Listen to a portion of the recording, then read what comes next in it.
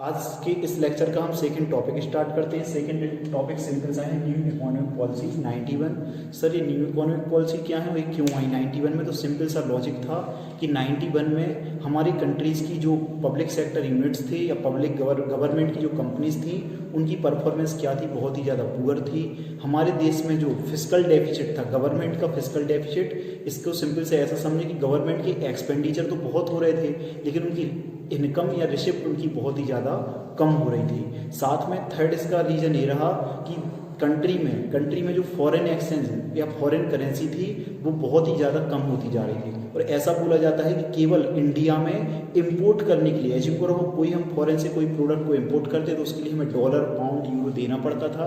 तो ऐसा बोला जाता है कि उस समय केवल 10 डेज़ के लिए ही हमारे पास फॉरेन करेंसी थी। फॉरेन के जो करेंसी डॉलर्स, पाउंड, यूरो इतने बचे थे। तो हमारी कंट्रीज़ में जो फिस्कल डेफिसिट था, एक्सपेंडिचर गवर्नमेंट के बढ़ते जा रहे थे, पब्लिक सेक्टर यूनिट्स थी उनकी पुअर परफॉर्मेंस थी, साथ में फॉरेन एक्सचेंज जो थे बहुत ही ज़्यादा कम होते जा रहे थे, फॉरेन करेंसी। तो उस समय गवर्नमेंट को क्या लानी पड़ी? न्यू इकोनॉमिक पॉलिसीज लानी पड़ी। क्यों? गवर्नमेंट IMF के पास लोन लेने गया तो लोन देने से उन्होंने मना कर दिया। क्यों? क्योंकि इंडियन गवर्नमेंट ने कई सारे रिस्ट्रिक्शंस फॉरेन कंपनीज के ऊपर लगा रखे थे।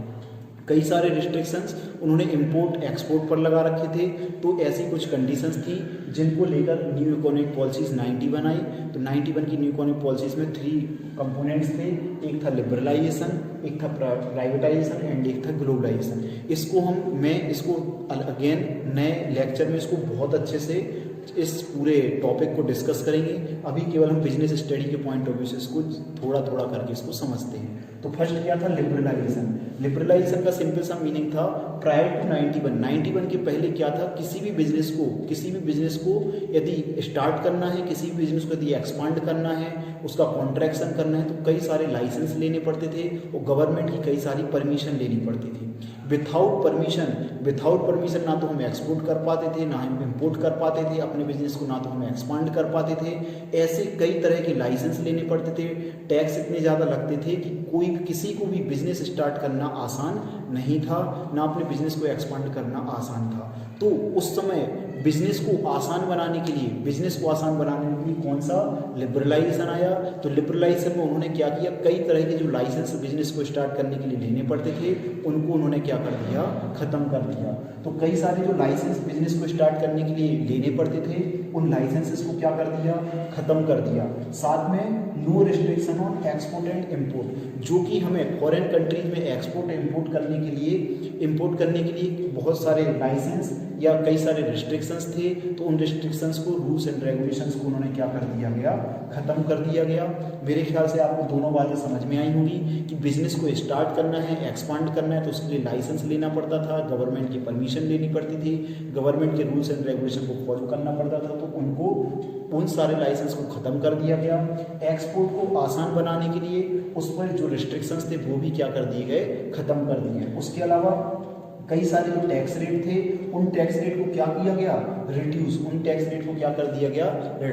रिड्यूस कर दिया गया, उनको ख़त्म ही कर दिया गया। साथ में इंपोर्ट एंड एक्सपोर्ट को बहुत ही क्या बना दिया गया? आसान बना दिया गया कि कोई भी कंपनी, क्यों क्या होता था भारत में जनरली मशीन्स वगैरह बनती नहीं थी, किसी भी कंपनी को मशीन्स वगैरह लानी पड़ती थी या हैवी इंडस्ट्रीज़ के लिए कोई भी मशीन पार्ट्स वगैरह लाने पड़ते तो बहुत आसान नहीं था। तो गवर्नमेंट ने उसको भी क्या कर दिया? इंपोर्ट एंड एक्सपोर्ट को बहुत ही लिबरल, आसान कर दिया। उसके बाद FDI का सिंपल सा मतलब है, एज्यूम करो कोई फॉरेनर्स अपने इंडिया में इन्वेस्ट करने चाहता है, जैसे मोदी जी की स्कीम है मेक इन इंडिया, या मोदी जी ने FDI को बहुत ही ज़्यादा प्रमोट किया कि फॉरेनर्स हमारे इंडिया में इन्वेस्ट कर सकते हैं। तो ऐसा 91 के पहले ऐसा नहीं था, क्योंकि गवर्नमेंट को ऐसा लगता था कि फॉरेनर्स हमारी कंपनीज में इन्वेस्ट करेंगे और धीरे धीरे करके उनका कंट्रोल फिर से उनका कंट्रोल हमारी कंपनीज के ऊपर हो जाएगा। ईस्ट इंडिया कंपनी इसका बेस्ट एग्जाम्पल था कि अंग्रेज लोग भारत कैसे आए। तो उसी के कारण गवर्नमेंट ने फॉरेन डायरेक्ट इन्वेस्टमेंट, फॉरेनर्स जो हमारी कंट्री में इन्वेस्ट करते थे उसके बारे में कई सारे रिस्ट्रिक्शंस लगा रखे थे। तो उन रिस्ट्रिक्शंस को क्या कर दिया गया? बहुत ही इजी रूल्स एंड रेगुलेशन उसके लिए बनाए गए। साथ में मूवमेंट ऑफ गुड्स, एक स्टेट से दूसरे स्टेट या कहीं भी गुड्स को ट्रांसफ़र करना है, मूवमेंट करना है, तो उसमें भी बहुत सारी फ्रीडम्स आई, उसको भी बहुत आसान बनाया गया।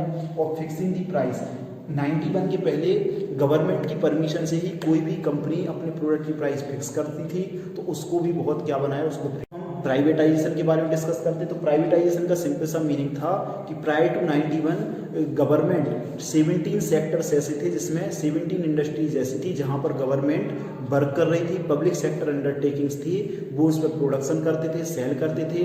तो उनकी पब्लिक सेक्टर अंडरटेकिंग्स की पुअर परफॉर्मेंस थी। क्यों? क्योंकि जो गवर्नमेंट कंपनी थी उसमें मिनिस्टर्स जो होते थे वो उसमें हस्तक्षेप करते थे, साथ में रेड टेपेज में इतना ज़्यादा था, मिनिस्टर्स का इतना ज़्यादा कंट्रोल था कि वो पब्लिक सेक्टर अंडरटेकिंग्स उतनी अच्छे से परफॉर्मेंस नहीं कर रही थी, उनकी परफॉर्मेंस कंटिन्यूसली डाउन होती जा रही थी। जैसे आज हम देखते हैं BSNL को देखते हैं, एयर इंडिया को देखते हैं कि कितनी उनकी परफॉर्मेंस डाउन हो रही है, कंटिन्यूसली वो लॉसेस में जा रही हैं। तो उसका क्या किया गवर्नमेंट ने, प्राइवेटाइजेशन कर दिया कि उसको प्राइवेट सेक्टर के हाथों में सेल कर दिया गया। मेरे ख्याल से आपको समझ में आ गया, उस प्रोसेस को बोलते हैं डिसइन्वेस्टमेंट कर दिया कि उसको प्राइवेट सेक्टर के, उसकी जो मैनेजमेंट था, उसकी ओनरशिप थी, वो किसको दे दी, प्राइवेट सेक्टर को दे दी। और गवर्नमेंट की जो ओनरशिप 51% जनरली होनी चाहिए, उस 51% से कम पे भी गवर्नमेंट अपनी ओनरशिप लेकर आ गई। मेरे ख्याल से आपको समझ में आया होगा। थर्ड नंबर पर, सेकंड नंबर, रिवाइव और क्लोज 6 यूनिट्स। उस समय जो भी गवर्नमेंट की कंपनीज थी जो बहुत ही कमजोर हो चुकी थी, या तो उन्होंने गवर्नमेंट ने उन कंपनीज को क्लोज कर दिया गया, या तो क्या कर दिया गया, क्लोज कर दिया गया, या उन कंपनी को रिवाइव। जैसे इसका सबसे अच्छा एग्जाम्पल है, कोई गार्डन है, गार्डन में बहुत सारे पेड़ हैं, आगे उनको बहुत दिनों से हमने पानी नहीं दिया, वाटर नहीं दिया, तो वो सूख जाएंगे। तो अब वो 6 यूनिट्स माने जाएंगे। एज्यूम करो वो पेड़ हैं, प्लांट्स हैं, जो भी पेड़ हैं वो 6 यूनिट्स माने जाएंगे। उनमें से जो सही हो सकते हैं उनको तो गवर्नमेंट ने क्या कर दिया, रिवाइव कर दिया, और जो सही नहीं हो सकते उनको गवर्नमेंट ने क्या कर दिया, क्लोज कर दिया। तो मेरे ख्याल से आपको ये वाला पॉइंट भी समझ में आया होगा। उसके बाद क्या, dilution of stake of government below 51%, कि इसका सिंपल सा मीनिंग है जो गवर्नमेंट सेक्टर की जो कंपनीज थी या जो पब्लिक सेक्टर अंडरटेकिंग्स थे उसमें गवर्नमेंट ने अपनी ओनरशिप कितनी 51% से भी कम लेकर आए। हमने 11th क्लास में पढ़ा था कि कोई भी गवर्नमेंट कंपनी है, गवर्नमेंट कंपनी कब मानी जाती है, जब उसमें 51% शेयर या 51% ओनरशिप किसके पास हो, गवर्नमेंट के पास हो, आइदर सेंट्रल गवर्नमेंट और स्टेट गवर्नमेंट और बोथ। तो जब दोनों के पास या किसी एक के पास 51% उसकी ओनरशिप होती है, कंट्रोल होता है, मैनेजमेंट होते हैं, उसके शेयर्स होते हैं, तो वो कौन सी गवर्नमेंट कंपनी मानी जाती है। लेकिन प्राइवेटाइजेशन में क्या हुआ, प्राइवेटाइजेशन में सिंपल सा गवर्नमेंट ने सारी अधिकांश इंडस्ट्रीज को या अधिकांश पब्लिक सेक्टर अंडरटेकिंग्स को उन्होंने क्या कर दिया, प्राइवेटाइज कर दिया। प्राइवेट सेक्टर को उन्होंने क्या कर दिया, उसको सेल कर दिया। मेरे ख्याल से आपको प्राइवेटाइजेशन भी समझ में आया होगा।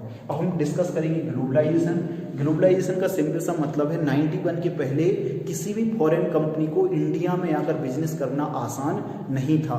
साथ में इंपोर्ट और एक्सपोर्ट पर गवर्नमेंट ने कई तरह के टैरिफ लगा रखे थे, कई इंपोर्ट ड्यूटी, एक्सपोर्ट ड्यूटी इतनी ज़्यादा लगा रखी थी। गवर्नमेंट ऑफ इंडिया जो थी उनका कहना था कि हम यहीं बनाएंगे और जो भी फॉरेन से प्रोडक्ट इंपोर्ट होते हैं उनका भी सब्सिट्यूट यहाँ पे तैयार करेंगे। हम कम से कम एक्सपोर्ट तो करेंगे लेकिन कम से कम इंपोर्ट करेंगे। क्यों? क्योंकि इंडिया में फॉरेन करेंसी की बहुत ही ज़्यादा कमी थी और इंडिया ये नहीं चाहती थी कि फॉरेन कंपनीज के अंडर में हम अगेन आ जाएं। क्यों? ईस्ट इंडिया कंपनी का एक बेस्ट एग्जाम्पल पहले से सेट हो चुका था कि अंग्रेजों ने कैसे हमारे ऊपर कंट्रोल किया। तो गवर्नमेंट ने क्या कर रखा था, बहुत ही ज़्यादा रिस्ट्रिक्ट पॉलिसी थी कि ग्लोबलाइजेशन आगे समझ में कि एक्सपोर्ट इंपोर्ट पर बहुत सारे रिस्ट्रिक्शंस थे। तो इसको उन्होंने क्या किया, ग्लोबलाइजेशन में ये आया कि जो ये रिस्ट्रिक्शंस थे इंपोर्ट और एक्सपोर्ट पर, जो रिस्ट्रिक्शंस थे गवर्नमेंट ने उसको क्या कर दिया, खत्म कर दिया। ग्लोबलाइजेशन का सिंपल सा मीनिंग ये रहा कि ऑल ओवर वर्ल्ड में हम कहीं पर भी क्या कर सकते हैं, सेल कर सकते हैं और कहीं से भी हम क्या कर सकते हैं, परचेज कर सकते हैं। मींस इंपोर्ट और export rest of the world के साथ हम आसानी से कर पाएं, उसको बोला गया ग्लोबलाइजेशन। ग्लोबलाइजेशन को ये बोला गया कि पूरा वर्ल्ड ही क्या माना जाएगा, एक विलेज माना जाएगा, एक शहर माना जाएगा।